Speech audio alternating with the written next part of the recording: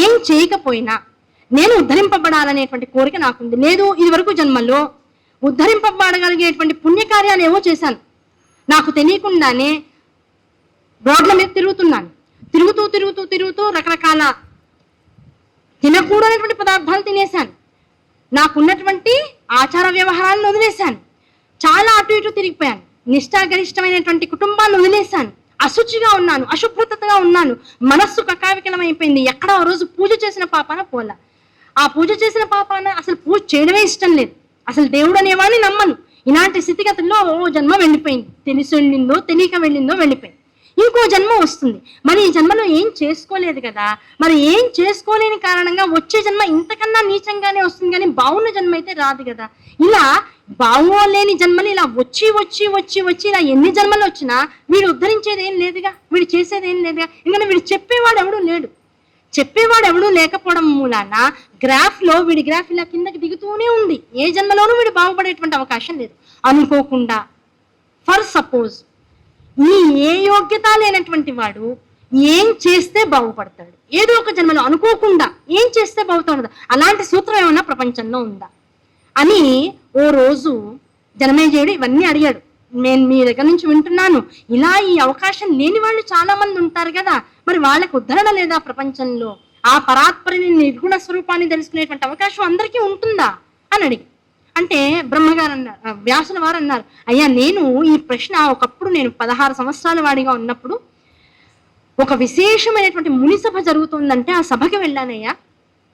ఆ సభలో వాజపేయ హోమం చేసినటువంటి వారు, రకరకాల వేదాంగాల్ని పారాయణ చేసినటువంటి వారు, నిత్యాగ్నిహోత్రులు, అనేక మంది బ్రహ్మనిష్టాగరిష్ఠులైనటువంటి రాజర్షులందరూ ఉన్నారు, యోగి పుంగవులందరూ ఉన్నారు, ఋషులందరూ ఉన్నారు. వాళ్ళు ఎవరెవరో చెప్తున్నారు. జమదగ్ని, అంగీరుడు, మరీచి, కౌండిన్యుడు, అత్రి, దక్షుడు, కపిలుడు, అగస్త్యుడు, వక్షపాదుడు, శాండిన్యుడు, క్రతువు, కర్ణుడు, కుత్సుడు, భృగుడు, విశ్వామిత్రుడు, మైత్రేయుడు, వాల్మీకి, మార్కండేయుడు, వామదేవుడు, దూర్వాసుడు, వ్యాఘ్రపాదుడు, మాండవ్యుడు, రోమసుడు, కపి, ఇటువంటి వారందరూ కూడా కొన్ని వందల సంఖ్యలో, ఇవి కొంతమంది, ఇటువంటి విశేషమైనటువంటి అగ్ని కార్యాన్ని బ్రహ్మకార్యాన్ని చేసుకునేటువంటి వాళ్ళు ఎంతో మంది పెద్ద పెద్ద వాళ్ళు మునులందరూ కూర్చుని తమలో తాము మాట్లాడుకుంటూ ఉన్నారు. మాట్లాడుకుంటుంటే ఆ వేద సభలో నేను ఒక ప్రేక్షకుడిగా, ఓ 16 ఏళ్ల కుర్రాడుగా ఓ మూల కూర్చున్నాను. ఆ కూర్చున్న సభలో అనుకోకుండా ఒక మునిగారు లేచారు.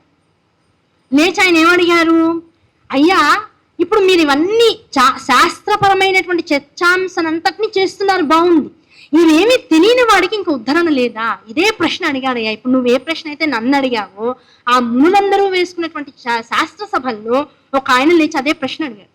అదే ప్రశ్న లేచి అడిగేటప్పటికల్లా అందరూ మౌనంగా ఉన్నారు. ఏమీ చేయకుండా ఎలా ఉద్ధరణ అని ఎవరికి వాళ్ళు మౌనంగా ఉన్నారు. ఈ లోపల రోమసుడు అనేటువంటి మహర్షి లేచాడు. లేచి ఆయన చెప్పాడు, గో నేను ఇతిహాసం చెప్తా. ఇతిహాసము అంటే అర్థం ఏంటి? నేను నా కళ్ళతో చూసినటువంటి విషయాన్ని ఉదాహరణ చెప్తా.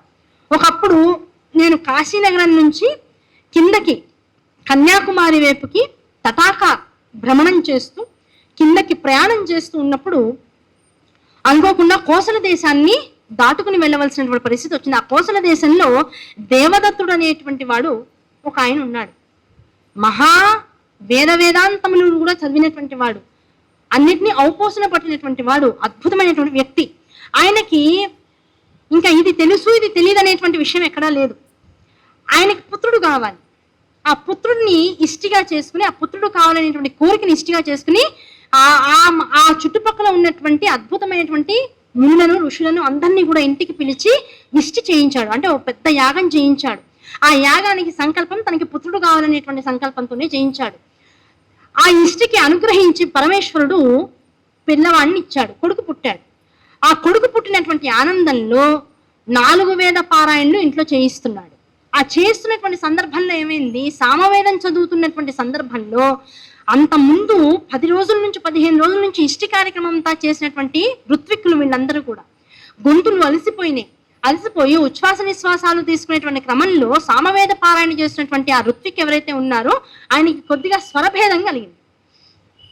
సామవేదాన్ని చదువుతూ ఉంటే ఏ రాగం అయితే తీయాలో ఎక్కడా కూడా అపశృతి లేకుండా, అపశృతి చేయకుండా చేయవలసినటువంటి ఆ పన్నా ఏదైతే ఉంటుందో అక్కడ అనుకోకుండా గొంతు ఉచ్ఛ్వాస నిశ్వాసాల్లో తడబడి కాస్త అపస్వరం అనేటువంటిది వచ్చింది. అపస్వరం వచ్చిందని ఆయనకు తెలుసు.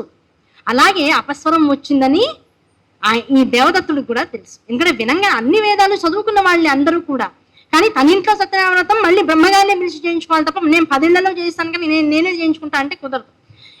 ఎలాంటిదంటే నాకు బాగా పెద్ద సర్జన్ అండి, నేను గుండె ఆపరేషన్ నిమిషంలో ఇలా ఎడం చేత్తో చేసి అలా పడేస్తాను, నాకు గుండె నొప్పి వచ్చింది, ఇప్పుడు నేనేం చేయాలి?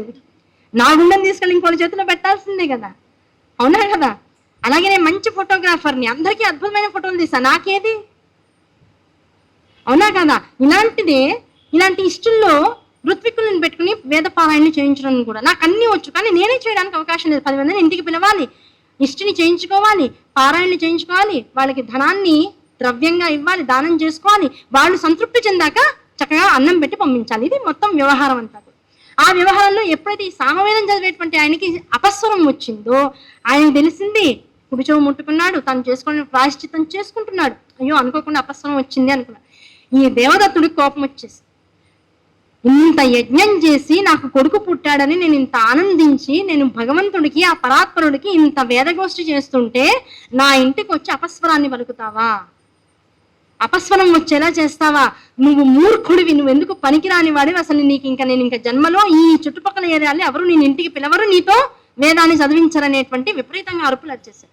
అంత అరుపులు అంతమంది వేదం తెలిసిన వాళ్ళ మధ్యలో అనేటప్పటికి ఇంక అవమానం వేసి, నన్ను ఇంత అరుపులు అరుస్తావా, ఇంత అవమానిస్తావా? ఏ కొడుకు కోసం అయితే ఇంత ఇష్టి చేసినావో వాడు ఎందుకు పనికిరాని వాడు అయిపోతాడు, గుర్తుపెట్టుకో. ఒకటే మాట, అందరూ ధర్మం తెలిసిన వాళ్లే, ఇందులో ఎవరు ధర్మం తెలియనటువంటి వాళ్ళు ఎవరు లేరు, అందరూ ధర్మం తెలిసిన వాళ్ళే. కానీ ఏమైంది, నేను అనే అహంకారంతో వేదాన్ని చదువుతున్నాడు, నేను అనేవాడిని, నాకు వేదం తెలుసు కనుక వేదంలో తప్పును పట్టుకున్నాను, ఆ అహంకారంతో అవతల వాడిని తిట్టాలనిపించింది, డబ్బులు ఇస్తున్నాను గనక డబ్బులు తీసుకున్నా వేదం తెలిసిన వాడిని నన్ను అంటాడా అని అహంకారంతో మళ్ళీ మాట్లాడు. అన్నింటికి మూలం ఏమిటి? నేను, నాది, నా. అమ్మవారు అవేగా వద్దని చెప్పింది. ఆ 3 వీళ్ళలో ప్రకోపించాయి, ఒకళ్ళొకళ్ళు తూలనాడుకున్నారు, బాధ పెట్టుకున్నారు. చివరికి ఏమైంది, రాకూడనటువంటి అపశబ్దం వచ్చేసింది నోట్లోంచి. నీ కొడుకు ఎందుకు పనికిరాని వాడైపోతాడు, నువ్వు ఎంత చేద్దామన్నా వాడి నోట్లోంచి ఒక్క వేద శబ్దం రాదు, నీ ఇష్టం ఏం చేసుకుంటావు పో, ఇంతసేపు చేసిన ఇష్టడని పరమ వ్యర్థం అని చెప్పేసి బాధపడ్డాడు. అయ్యయ్యో అంత మాట అనేసావు, అహంకారం ఒక్కసారిగా దిగిపోయినప్పటికీ ఏమైపోయింది, ఇంత మాట అన్నావా, క్షమించు నాయన, ఏదో కోపం గబుక్కున ఏదో ఇంత చేయిస్తున్నాను కనుక ఈ కాస్త ఎందుకు జరగాలనేటువంటి బాధతో అది కోపం రూపాన్ని పట్టుకుందే తప్ప నేను అనాలని అనలేదు అని ఆ గోభినుడు అనేటువంటి సామవేద కాళ్ళ మీద పడ్డాడు. ఎంత కాళ్ళ మీద పడ్డా ఏమైంది, ఏం చేసుకోవడానికి అవకాశం లేదు. నువ్వు ఎన్ని అన్నా నోట్లోంచి ఒకసారి అపశబ్దం అంటే ఒక మాట వ్యతిరేక్తంగా వచ్చింది అంటే దానికి వెనకాలకి తీసుకునేటువంటి శక్తి ఎవరికీ లేదు అక్కడ. దాని యొక్క స్థాయి తగ్గిస్తాడేమో కానీ ఇంకా దాన్ని పట్టుకునేటువంటి అవకాశం లేదు. ఇంకా ఎన్ని చేసినా ఇంకో కాలమే నీకు సమాధానం చెప్తుందయ్యా, జరిగినది డ్యామేజ్ ఎట్లాగో ఆల్రెడీ జరిగిపోయింది, కానీ ఉన్నంతలో నీ ప్రయత్నం నువ్వు చేస్తూ పో. ఇంత నువ్వు కోరుకుంటున్నావు కనుక వేదాన్ని ద్రవ్యాభిలాషతో ఏ రోజు నేను పారాయణ ఒకళ్ళ దగ్గర చేయలేనటువంటి వాడిని కనుక ఆ వేద అనుగ్రహం నా మీద ఉందనేటువంటి ఒక నమ్మకంతో ఒక మాట చెప్తాను. ఇప్పుడు నా మాట వచ్చిందని భయపడుతున్నావు కదా, నీ కొడుకు ఎందుకు పనికిరాడనేటువంటి మాట నేను అన్నానని నువ్వు భయపడుతున్నావు. అదే నోటితో ఇంకో మాట చెప్తున్నా, నీ బాధని చూడలేక, నీ ఏడుపు చూడలేక చెప్తున్నా. ఎందుకు పనికిరానటువంటి కొడుకు పుట్టాడని ఎంత బాధపడుతున్నావో ఆ కొడుకే ఒక వయస్సు వచ్చాక విద్వాంసుడుగా మారతాడు.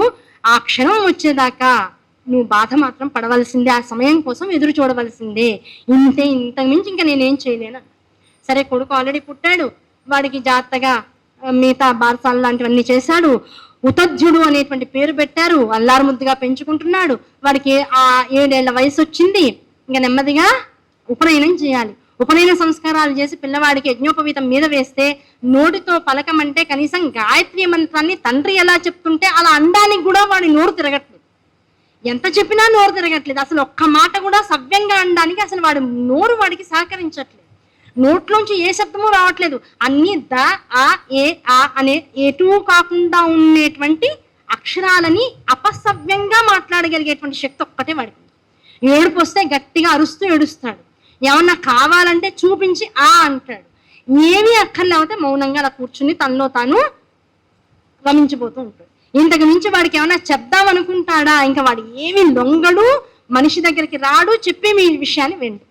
ఇంకా అందరూ ఆ ఏరియాలో దేవదత్తుడంతటి వాడు వేద విద్వాంసుడు ఇంకోటి లేడు. అలాంటి వాడి కడుపున అదిగో అప్పుడు ఇష్టప్పుడు ఇలా చేశాడు, అహంకారంతో ఇలా మాట్లాడాడు. అందరికీ తెలుసు కదా ఆ ఇష్టిలో జరిగినటువంటి తప్పు వల్ల ఇలాంటి వాడు పుట్టాడని అందరూ అపహాస్యం చేయడం మొదలెట్టారు, నవ్వడం మొదలెట్టాడు ఆయన చూసి. దాంతో అవమానం. తన దగ్గర చదువుకున్నటువంటి పిల్లలందరూ వేదాంగ పారంగుతులైపోతున్నారు, పెద్ద పెద్ద వేదగోష్ఠులు చేస్తున్నారు. కొడుకు ఏమో ఎందుకు పనికిరాని వాడు అవుతున్నాడు. సమూహంలో ఆడుకోవడానికి పంపిస్తే పిల్లలందరూ రాళ్ళేసి రువ్వుతున్నారు, పంపించేస్తున్నారు, అందరూ గేలి చేస్తున్నారు. వెనకాల తల్లిదండ్రులను చూసి అపహాస్యం చేస్తున్నారు. ఇంత అవమానం భరించలేక చిచి వీడు ఉన్నా ఒకటే పోయినా ఒకటే. ఆ తర్వాత ఎప్పుడో వచ్చే విద్వాంసత్వం ఎప్పుడు రావుగాక, కానీ ఇప్పుడు నేను వీడిని భరించే ఓపిక నాకు లేదు. అసలు వాడిని పట్టించుకోవడం కూడా మానేశారు తల్లిదండ్రులు ఇద్దరు. మిగతా పిల్లలు ఉన్నారు, వాళ్ళని చూసుకుంటున్నారు, వదిలిపడేశారు. దాంతో వీడికి జీవితం మీద ఒక రకమైనటువంటి విరక్తి ఏర్పడి తల్లిదండ్రి పట్టించుకోవట్లేదు. ప్రపంచం అంతా ఎలా ఉన్నా పర్వాలేదు, మా అమ్మా నాన్న నాకు ఇన్నాళ్ళు ఉన్నారు, సమయానికి అన్నం వస్తుంది, తింటున్నాను, పడుకుంటున్నాను అనుకుంటున్నాడు పాపం. వాళ్ళిద్దరు కూడా వదిలేసేటప్పటికీ వీడికి ఎక్కడ లేని బాధ వచ్చి పాపం వాళ్ళమ్మ రోజు పొద్దున్నే తను పూజ చేసుకునేటువంటి దేవతా మండపం దగ్గర కూర్చుని అక్కడ ఉన్నటువంటి తను కొలుచుకునేటువంటి అమ్మవారి దగ్గర దీనంగా ఏడుస్తూ నమస్కరించుకుంటూ ఉండేట. ఆ ఏడుస్తూ నమస్కరించుకోవడమే తెలుసు తప్ప ఆవిడేం మాట్లాడుతుందో, ఆవిడేం స్తోత్రాలు చదువుతుందో వీడికేం తెలియదు. తాను కూడా ఓ రోజు పొద్దున్నే లేచి దీనంగా మొహం పెట్టి ఆ అమ్మ ఎక్కడ నమస్కారం చేసుకుంటుందో అక్కడ ఉన్నటువంటి ఆ మండపారాధన అధిష్టాన దేవత ఎవరైతే ఉన్నారో ఆవిడకి నమస్కరించుకుని ఆవిడ ముందు ఏడిచి ఓ పువ్వు తీసుకొచ్చి వాకిట్లో పూసింది, ఆవిడ కాళ్ళ ముందు పెట్టి ఇంట్లోంచి వెళ్ళిపోయాడు.